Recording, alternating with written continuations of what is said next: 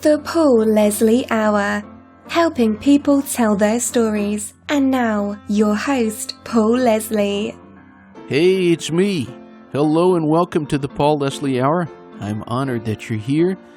This time around, I have an interview that has been in the archives for a number of years now, and I thought it is time to take this out. This originally aired on the radio. It was a two-part series called Songs from the Soul, and the guest, Miss Nadirah Shakoor. She is someone who has used her voice to entertain and inspire people for her entire life. She has a very diverse history, from being in the group Arrested Development to writing and recording her own songs and albums. And then there's also her career as a vocalist in Jimmy Buffett's Coral Reefer band for 26 years now. Whatever project she sings on, or whomever she is performing with, her voice stands out, and it's unforgettable. In her life, she has recorded with a diverse list of the greats, everyone from Quincy Jones, Jimmy Buffett, as I mentioned, and also the late Ralph MacDonald and the late Jarreau. What I was trying to get in this interview was a good foundation. I asked about her musical history and background. I wanted to gain more insight into her personal philosophies, so we discussed how her songwriting has changed over the years and how she's changed as an artist.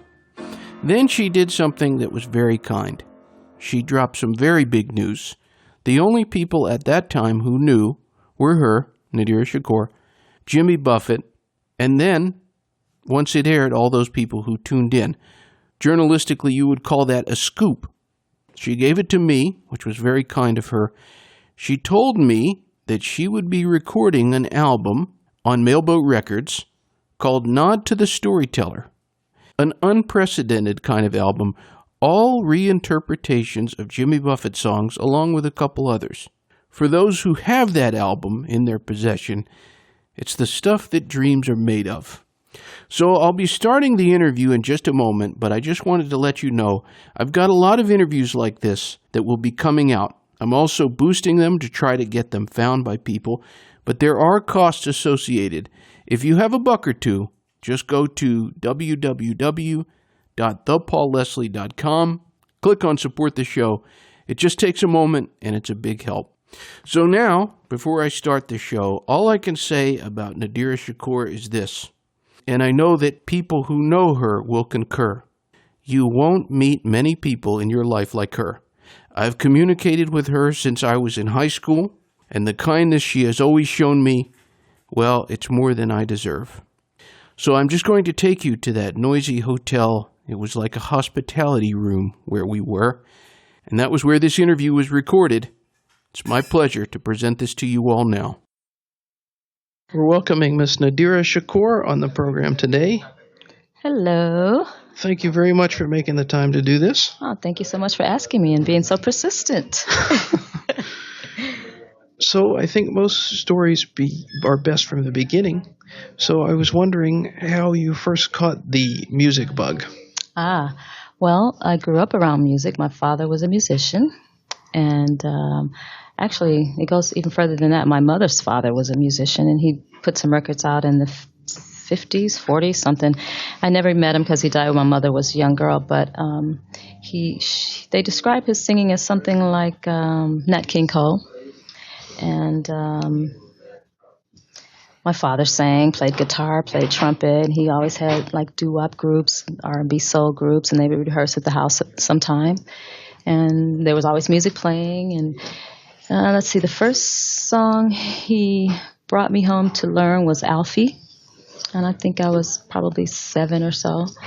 But before that, I can remember my aunt, his sister, she sang in the choir at church, and she would always be singing around the house, and I would listen to her. She'd be in the kitchen cooking or washing dishes and singing along with the radio, but I noticed that she was never singing the same as the people on the radio were singing.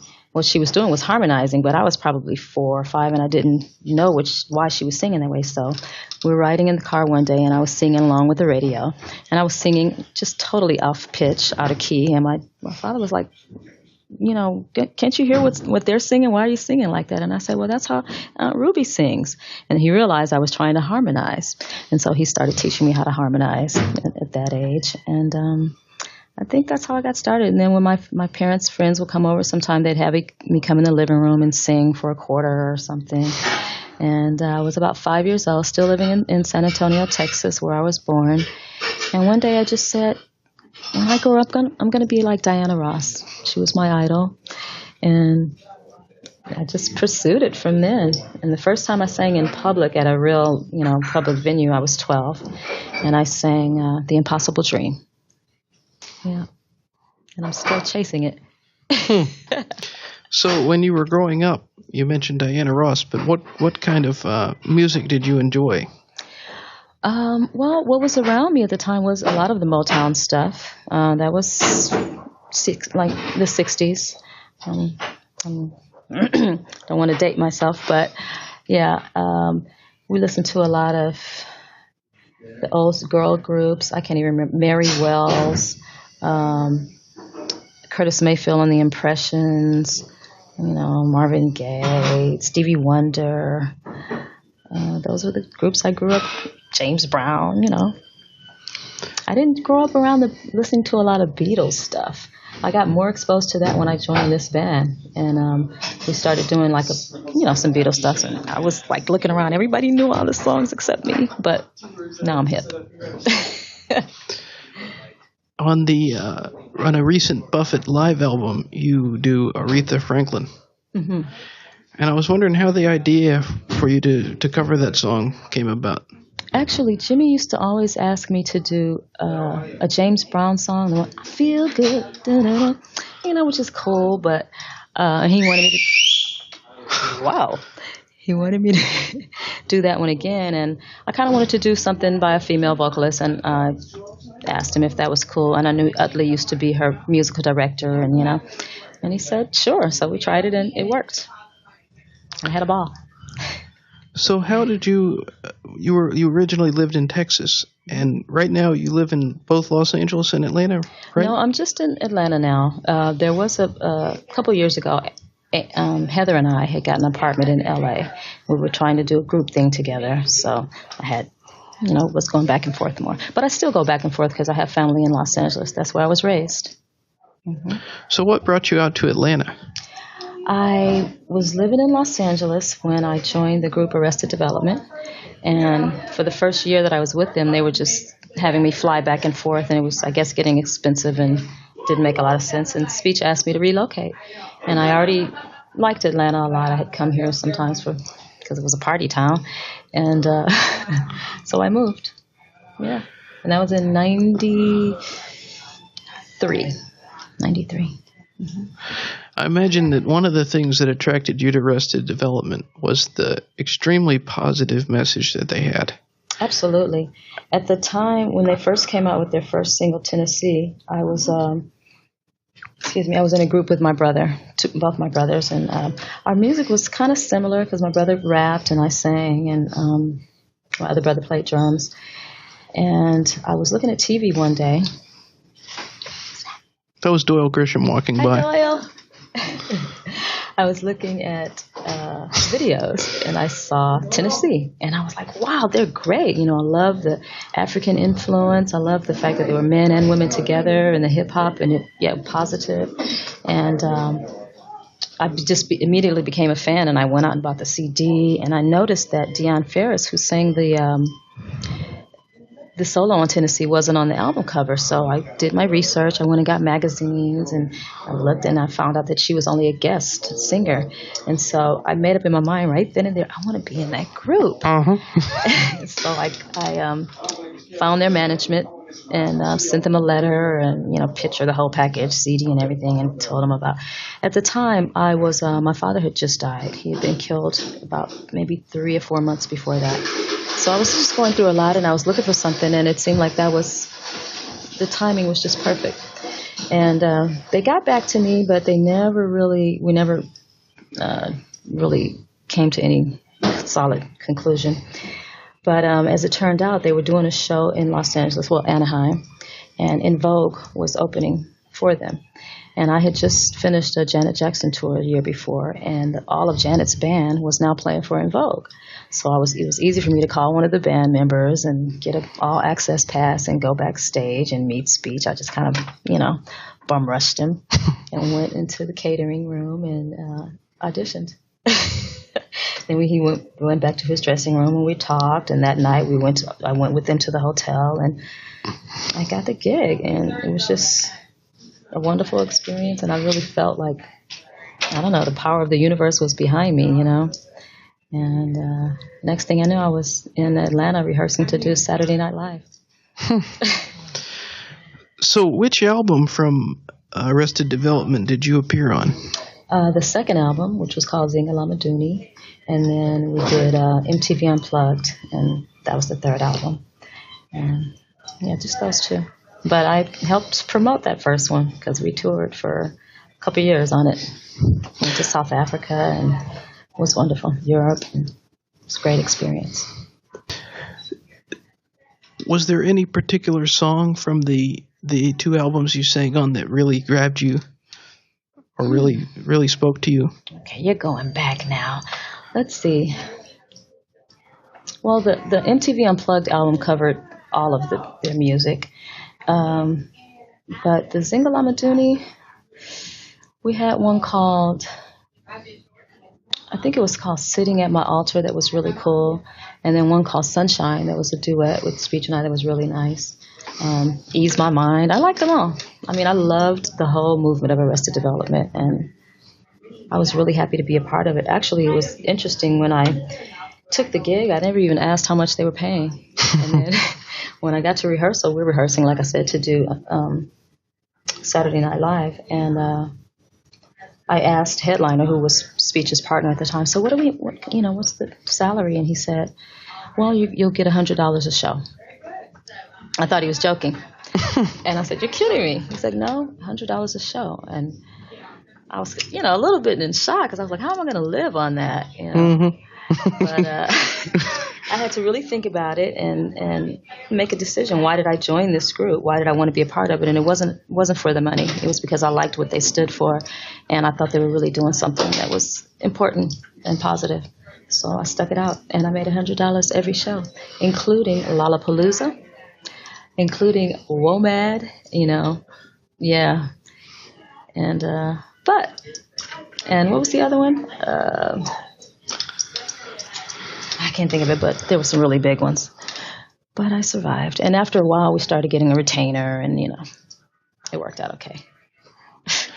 And where, during the course of this time frame, did you start coming out with solo material? Well, I was always writing and doing demos, but I hadn't released anything. Actually, Speech produced my first album, and that was in '98, and it was on the label that he was on at the time, Toshiba EMI out of Japan. It's called Soul Power, and that was my first release.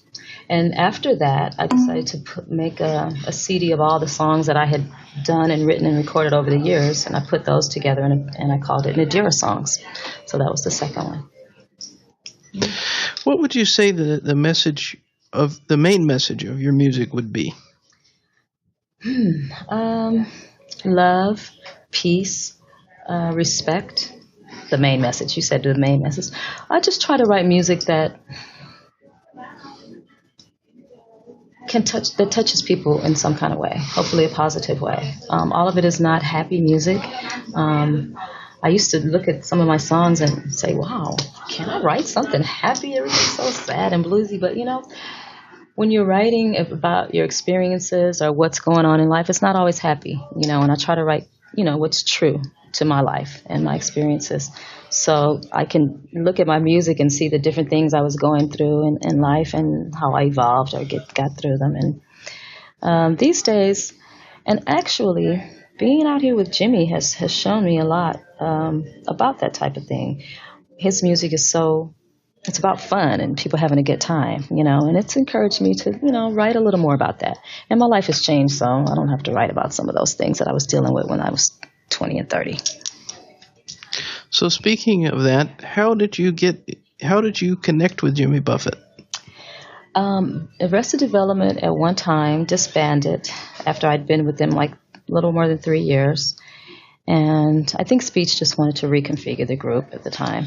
But anyway, I found myself without a job. And I had moved to Atlanta, like I said, where I didn't really have a lot of musical contacts because I was from LA. I lived in LA for however many years. And I just started making some phone calls. I called some friends in Los Angeles, like, oh, hey, I need a job. And 2 opportunities came up. One was a group called Spearhead. I don't know if you're familiar with them. Michael Franti. It's a hip-hop group, kind of similar to Arrested Development, but maybe he's more of a poet, and it was very cool. And they had a drummer, Mary, who also sang with them, and she was sick, and they needed somebody to replace her, and we'd have to leave in 2 weeks to go to Australia. And I was excited about that. And the other opportunity was Jimmy Buffett. And that came through a friend of mine's who was singing with Janet Jackson at the time for the Janet tour. She told me about that because Helen Hyatt, who was the wardrobe lady on Janet's tour, was also working with Jimmy doing wardrobe.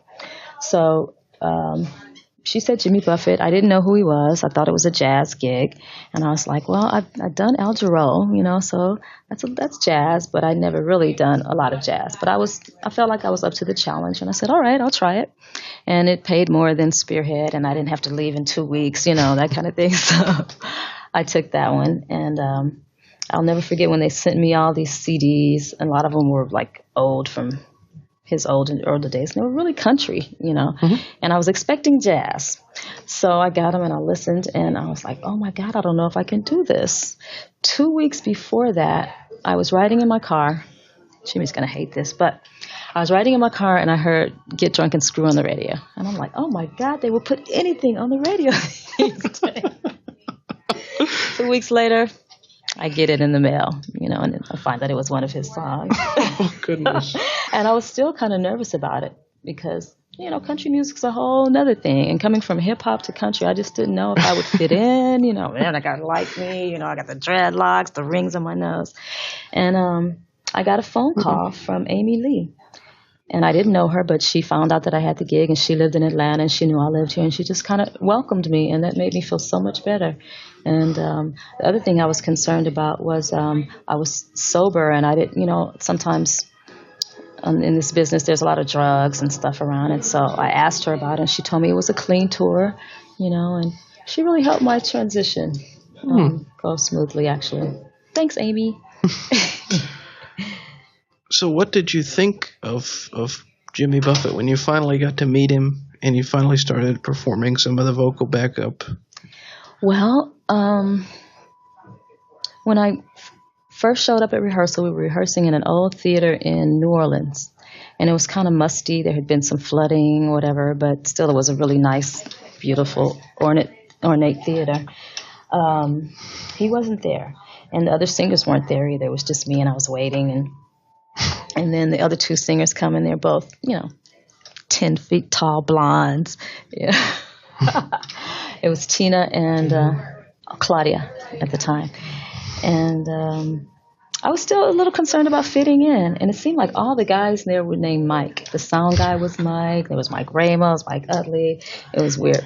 But when Jimmy showed up, I had seen his pictures, of course, on the CDs, but I didn't know he was, flip-flop and just a regular old guy. And he hasn't changed since I've been here. I mean, he's gotten bigger, but he's still the same. I thought he was pretty nice and down to earth, and he still is.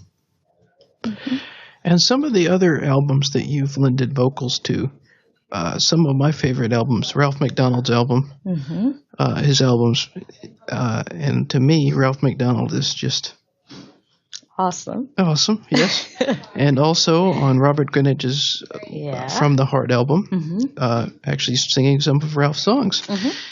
I was wondering, has there been any projects that you've done singing on someone's album that for you was especially memorable? Well, of course, it's an honor to sing on Ralph's album. I also did a duet with Philip Bailey on his album, and that was awesome too because I've been a big fan of Earth, Wind, and Fire all my life. I got a chance to sing on Well, Angela Bofill, lots of people that I was fans of. Quincy Jones, oh my God. Hey, Doyle. Was there any song in particular from Ralph MacDonald's albums that you especially found to be exceptional? That I sang on? Well, you know what? I sang the first album of his that I sang on. We did a remake of Where's the Love? Yeah. And with Dennis Collins, right? With Dennis Collins. And I'm not especially proud of my performance on that. I was really nervous, and then, hello, Roberta Flack and Donny Hathaway. If I could take anything back, it would be that. But it's a great song. We had Believe in Yourself, which I've always thought was a beautiful song. I Don't Love You. I like I Don't Love You Anymore. I mean, that was a good one. They're all good songs. Yeah. And I loved, this wasn't on his album, but I love the rendition that we did on Robert's album of Just the Two of Us. Oh yeah, that was great. I like that. A little more up tempo. A lot of our listeners, well, actually, this is breaking news. No one else is. This is new. Jarreau. This is big news, and you're hearing it first here. Nadirah, there's a new project coming up, and I wanted you to tell us all about it. I already know, but okay. Well, Jimmy approached me and asked me if I would like to do an album covering his songs. Hi. And what do you think I said? I'm really excited about it. So it's going to be we're going to start recording, I think, in June. And I don't know exactly what songs I'm going to be doing yet, but it's a wonderful opportunity. It's like he's handed me a beautiful gift, and I want to do a really good job and give him a beautiful gift back. And Mac McAnally is going to be helping with the project, and Michael Utley, and some of the guys, so. That's very exciting. It is. Is there any song in particular that you're really hoping will be on it? Well, I don't know what songs are going to be on it. I know Jimmy has some songs in mind, but he hasn't shared those with me yet. I got a list yesterday from Savannah because I asked her for her input. And, Mac is working on a list. We'll probably do a Son of a Son. I'd like to do that as a duet with Jimmy. And also, in the show, we do a rendition of Pirate that goes into a redemption song, Bob Marley redemption song at the end. And Jimmy's original idea for that was to do like a verse of Pirate, a verse of redemption, like a half a verse of each. And I thought it was a brilliant idea, the way the lyrics, coincide, the two different stories. And I would love to put that on there. That would be very cool. I think so, too. So I don't know exactly what songs are going to go, but I know I'm going to... It's a very special project to me, and it's certainly a big challenge and an honor, so I'm going to sing my off. Are there any other upcoming projects or anything coming up in your world? Well, my latest project, I've been doing a lot of like house music, dance music. So the CD Obsessed with Peace is dance music or house music. I call it house, and it's deep house. Are you familiar with house music? Yeah, somewhat. Yeah. Okay. So I've been doing a lot of shows, just promoting that CD, and I have a new song that's out now. It's not on that CD, but it's on, you can buy it online, like Dance Tracks Digital. It's called Love Song, which actually Love Song was a song that Howard Kaufman inspired. Do you know Howard? From Jimmy's HK Management? Yeah. He listened to some of my music one time. This was when I first got with Jimmy, although I met Howard years ago. But I have a song called Break Away, which is about a song about abuse and breaking away from abuse. And when Howard heard it, he said, "Wow, this is really beautiful. You wrote that?" And I said, "Yeah." And he said, "It is really beautiful, but I don't think too many people really want to hear about that, So, and he's over the years, told me that, Nadirah, sometimes your lyrics can get a little deep, And I listened to him because he's an important man in this business, and he didn't get where he was by not knowing what he's talking about. So, Love Song is kind of dedicated to Howard, and it's really just a song. The lyrics are, I really want to write a love song, but every time I try, the world calls. Shifting my hand, moving my pen. So, it's like I try to write a love song, but God, there's so much going on in the world that I want to talk about in my music. So it's kind of my tribute to that. So another one of my questions is, you're busy with all these projects in music. What do you enjoy doing in your spare time? Well, that's a good question. When I'm home, my boyfriend complains, you're on the road, you're doing music. You come home, you're doing music. I don't do a whole lot these days. I stay at home. I may plant something in the garden or cook. I don't go out very much. I probably would if I didn't travel so much. But when I'm home, I kind of just like to be home. So I just read, watch TV, have sex, those kind of things. The basics. But no, I do, I don't know, music. Even when I go, like I go sometimes and visit the schools or some shelters. But there's still music involved. I still, usually sing or something. Yeah.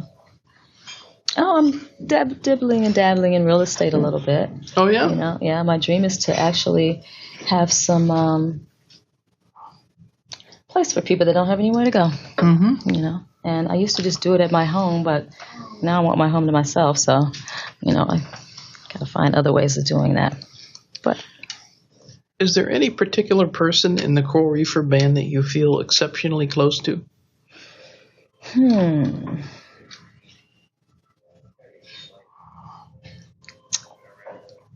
I have a lot of friends out here.